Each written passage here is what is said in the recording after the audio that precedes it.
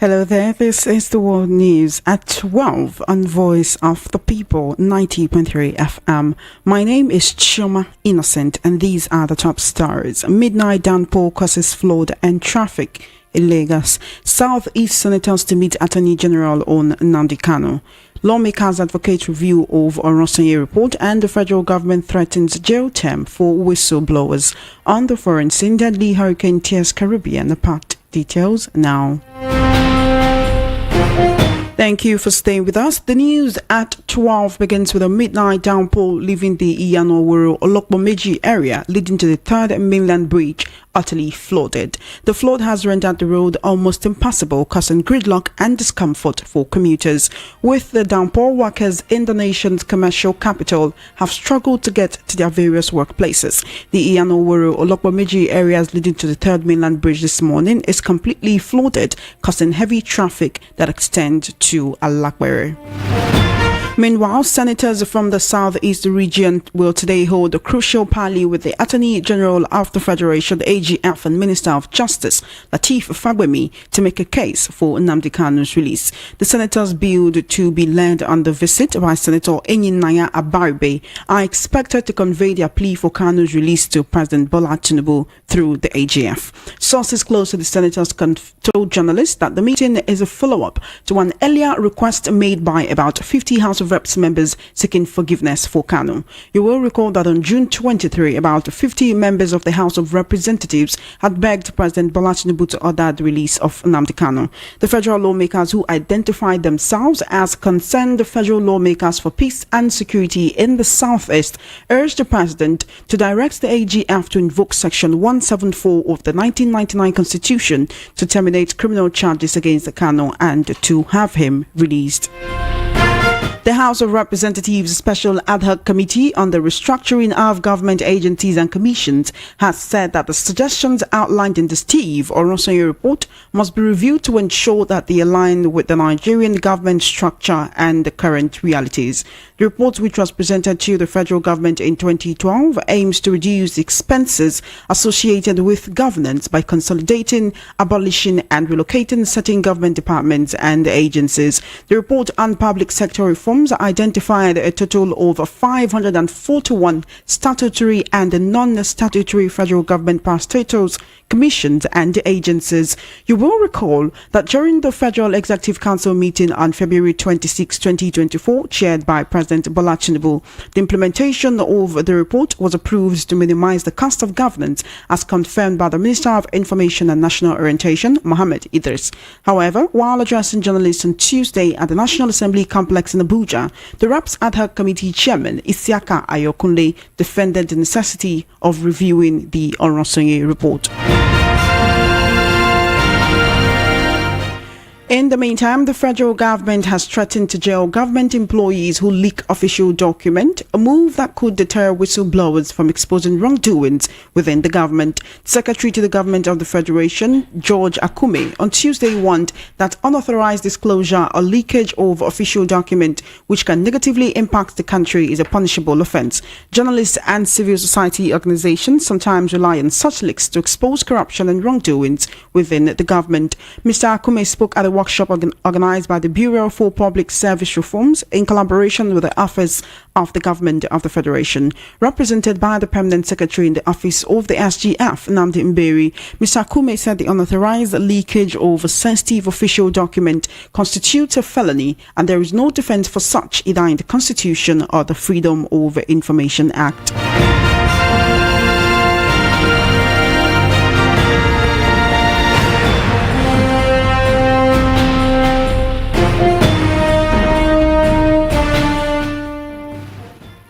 The Nigerian Meteorological Agency NIMET on Tuesday predicted thunderstorms and rains from Wednesday to Friday across the country.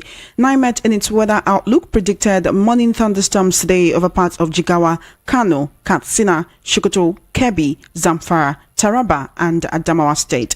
Now, according to NIMET, morning rains are expected over parts of Lagos, Ondo, Delta, Ogun, Abia, Rivers and others in the southern region. It anticipated high prospects of continuous rains for Lagos, which might lead to flooding. The agency forecast thunderstorms with rains over the entire region during the afternoon and the evening hours. You're listening to the news at 12 right here on Voice of the People 90.3 FM. Now joining me to discuss issues in the news this afternoon, I have Mr. Awa Omiko of the Sunday editorial desk. It is always a pleasure to have you here, Mr. Awa. Thank you for joining me. Hello, good afternoon. Good afternoon, and thank you for joining me. I can hear you. Can you hear me? Hello. Hello, Mr. Awa Omiko. Thank you for joining me. Thank you.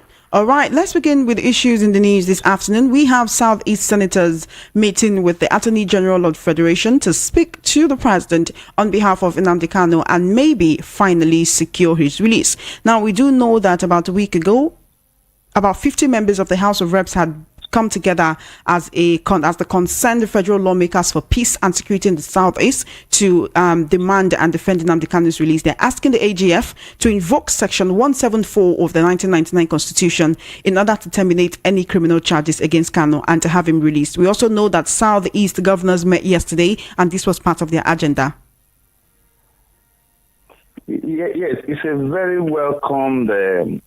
It's a very welcome opinion and a very welcome decision too. And I think this is long overdue, and it is high time they do this, because if Kanu is released, it's going to checkmate. It's going to serve as a thermometer to what is happening in the Southeast. And hello, I'm with you, Mr. Omiko. Yeah, it's going to serve as a thermometer to what is happening in the Southeast, and peace, at least for once, will reign. Because if you look at the huge amounts that region is wasting just by virtue of Kanu's incarceration, you're going to know that it is something that is long overdue. And besides, you may even say after all, it does not concern other parts of Nigeria, which is actually a fallacy. Because if that region is peaceful, other side too may likely be. If we can check the population drift from that side to Lagos and to other more peaceful area, you will discover that Nigeria is indirectly losing a lot. So let us bring out Kanu first and see if that will cushion the effect of what is happening there. And if that becomes it, then Kanu goes free. But now we will now take the respectable men and the VIPs of the region, including the first citizens of the states that make up that region, and not clamoring for his release. I think it's high time government should have a rethink. Government should have a rethink and bring him out and make him take an undertaking that there's going to be peace within that region. And we only see that those that are using him to fan the ember of war will cease, and peace will come. And we will now know who are the real culprits, either those using him to prevent trouble or not. Hello? Mr. Awa Omiko, I'm with you. Thank you so much. Now, I want to look at the section of the Constitution that these 50 concerned reps are talking about. It's section 174. It has quite a number of subsections, but section 174, subsection 1B of the Nigerian Constitution, as amended 1999, states that the Attorney General has the power to take over and continue any criminal proceedings that may have been instituted by any other authority or any other person. And right now, he's been asked to invoke these powers to take over from, the federal government who is bringing a charge against Kanu. Why really should he? The Arewa has come out to say, look, if Kanu is complicit, if he is guilty, he should totally be facing whatever judgment it is that the court wants to give. You see, all those subsections, there's a subsisting section that empowers the president to overrule everything, no matter the CGA. There's a subsection that powers the president to have an overruling power on other decisions. And that is why the prerogative of Messi lies on the table, in fact, on the hands of Mr. President. Yes, all these constitutions are made for us, but the issue remains that the sitting president has the overriding authority and power to have a deciding force.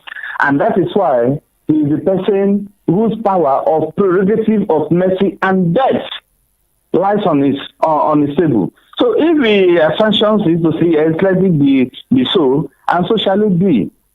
So it is not, we shall not, you see, when we want to camouflage a thing, or when we want to kill a thing, we give it different names.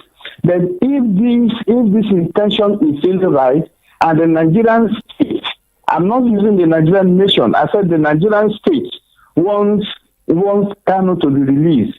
It's just a matter of a sanction from a signature from Mr. President, and so becomes, and it so be it. And in this sense, I think that will help to calm down whatever, either Arewa or no Arewa. The issue is that some people are using that masquerading under the name of a man of Kanu to ferment trouble in that region. And if Mr. President can, in fact, Mr. President has been accused of that, that if he can sanction his release, he'll be exonerating himself from that. And any other person that wants to say he's fighting on behalf of Kanu or whoever will now be criminally liable to his or her actions, and will now begin to save the criminals from non-criminals. I think it's something doable, and government should move it in that direction.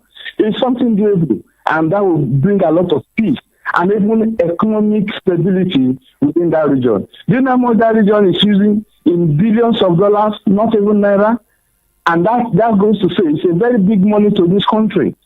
Even though some people have described them as a dot in the map of Nigeria, that does not mean a dot can change the whole continent. So we shouldn't undermine that region. Let Kanu be released and peace will reign. Thank you.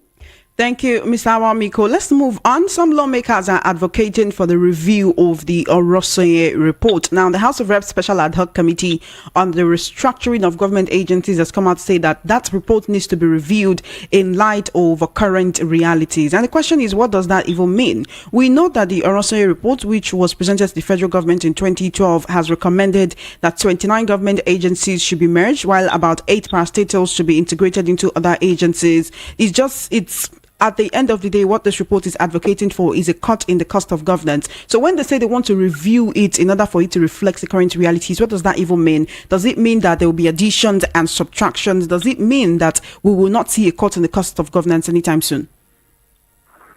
No, 2012 and at least over 10 years, it was said, at least it's worth reviewing. At least then, there was no clamor for a state creation in the southeast. But let us see. We can't put empty them. At least let us see what will come out of it. But the issue still remains that is out to the present situation. And if they are true Nigerians, I don't think there will be much for them to alter in that report. But all what I know is that when it comes to review, there's always this case of plus and minus. Maybe there's some issues they may have raised that may be maybe a little bit out of date or that need to be improved upon. Then we can say yes. Let's just give them the time. Then let's give them a time frame when to finish it and make it public. For instance, it was in the news of late that there should be another creation. And that's state creation in the southeast to cause for balancing equity and justice. I don't think that report captured that. So in case such addition is included, it becomes a much more better report to submit and to be applied. But if you ask me, I will say the report is apt and worth doing. But let the lawmakers not take it for granted and begin to remove and add all those things they never expected. We never expected to see there. We are watching and we know what is in the report. Thank you.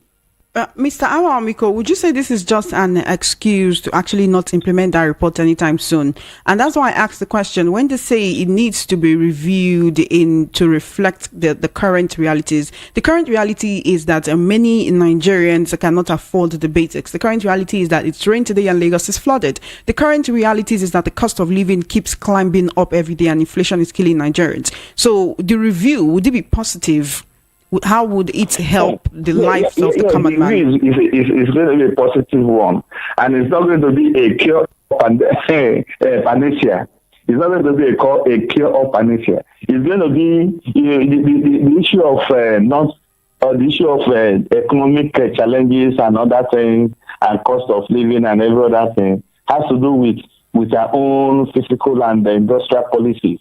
So, but let's just see that review. Let the recommendations, let it be applied, because those recommendations, let's just give them maybe 3 to 4 months. 3 to 4 months is not too much a time. It's not too much a time to handle about state issues, because the thing is already there. But let us have it in mind that the review is not going to be a cure-all panacea. It's just going to help to boost the Nigerian state and to make it better. But there should be a proviso that anything contrary to what that man has applied, which is positive, which is negative to the state, the Nigerian citizens should stand against that, because the report is already in the public domain. Anything anti-God and anything that is negative should be removed from it, and let's move ahead, because the report settles it's like an octopus. It has a hand in all the facets of Nigerian's life, and that will be a workable report if applied. But as I said, review has to do with timing, and that report, as of when it was submitted, was very, very objective and very, very apt. Even till now, it's still apt. But let them up some of those things as I mentioned earlier on, and it is going to make it a much more better report than it was. But anything outside of that, Nigerians should reject it. Let's quickly look at the federal government threatening jail term for whistleblowers who leak government documents. Secretary to the Government of the Federation is saying that anyone who leaks any document, anyone who gives unauthorized disclosure or leakage of official government documents which can negatively impact the country, that it is now a punishable offense. The question is this: we know that journalists, civil society organizations, NGOs sometimes rely on these leaks now to expose corruption and wrongdoings within the government. Will this still happen when people will be scared that the long arm of the law will chase them if they actually expose wrongdoing? How then will there be these checks and balances in federal government parastatals? They're interested in the whistleblowers. What happens to those that have been stealing a humongous amount? Why are they so much interested? The whistleblower is just a secret leaker. How about those that gave that created that job for this whistleblower to take place, for whistleblowing to take place?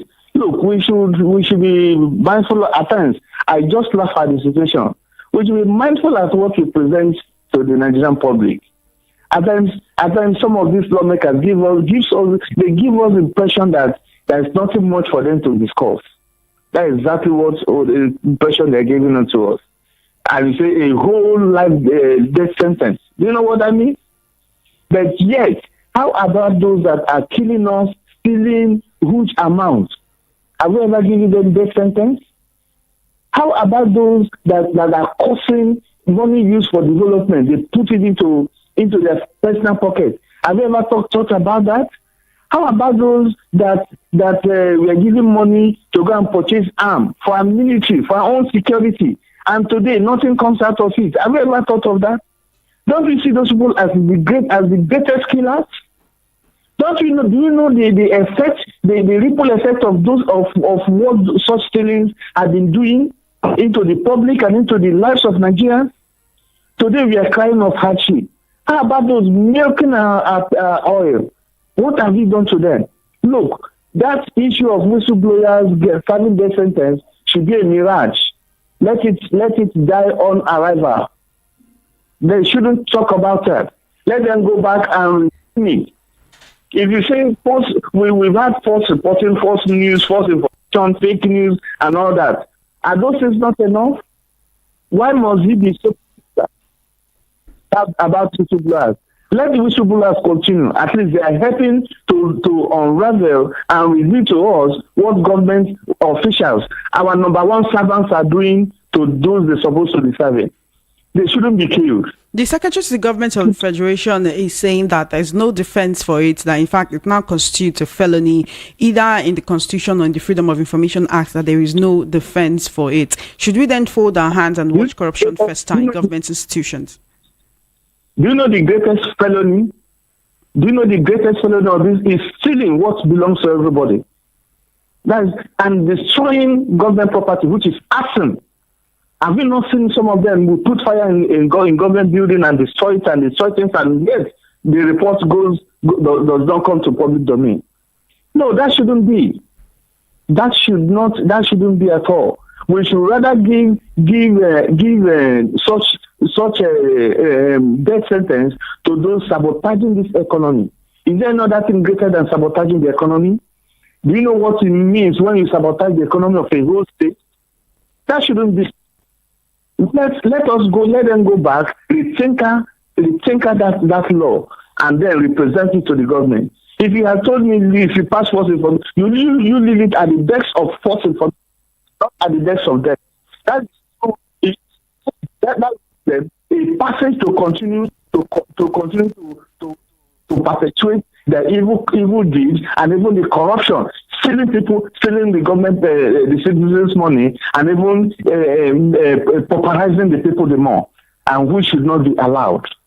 Thank you. Thank you so much, Mr. Awa Omiko. I must let you go now, but thank you for joining me on the news at 12 this afternoon. It's always a pleasure to hear from you. Thank you.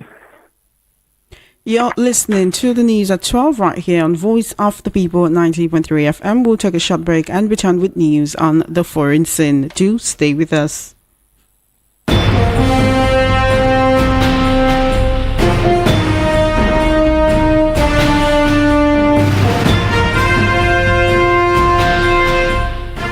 Welcome back. A deadly hurricane which has been tearing through the Caribbean is intensifying as it moves towards Jamaica. Hurricane Beryl is now a Category 5 storm, meaning its wind and storm surges could prove catastrophic. The storm made landfall on Monday on Carriacou, an island which is part of Grenada. So far, there have been reports of 3 people dead as a result of the storm, 2 in Grenada and 1 in St. Vincent. The U.S. National Hurricane Center said Carriacou had taken a direct hit from Hurricane Beryl's extremely dangerous eye wall, a ring of thunderstorms which produces heavy rain and particularly strong winds. Well, that's it on the news at 12. Just before we wrap up, let's take a look at the top stories again. You heard that a midnight downpour has caused flood and traffic in Lagos. Southeast senators to meet Attorney General on Nnamdi Kanu. Lawmakers advocate review of Orosei report, and federal government threatens jail term for whistleblowers. On the foreign scene, deadly hurricane tears Caribbean apart. And that is a wrap on the news at 12. My name is Chioma Innocent. Please follow our social media handles at VAP903FM. For coverage of your live event and run news mentioned in our news bulletins, do send a mail to news@voiceofthepeople.ng. Good afternoon and thank you for listening.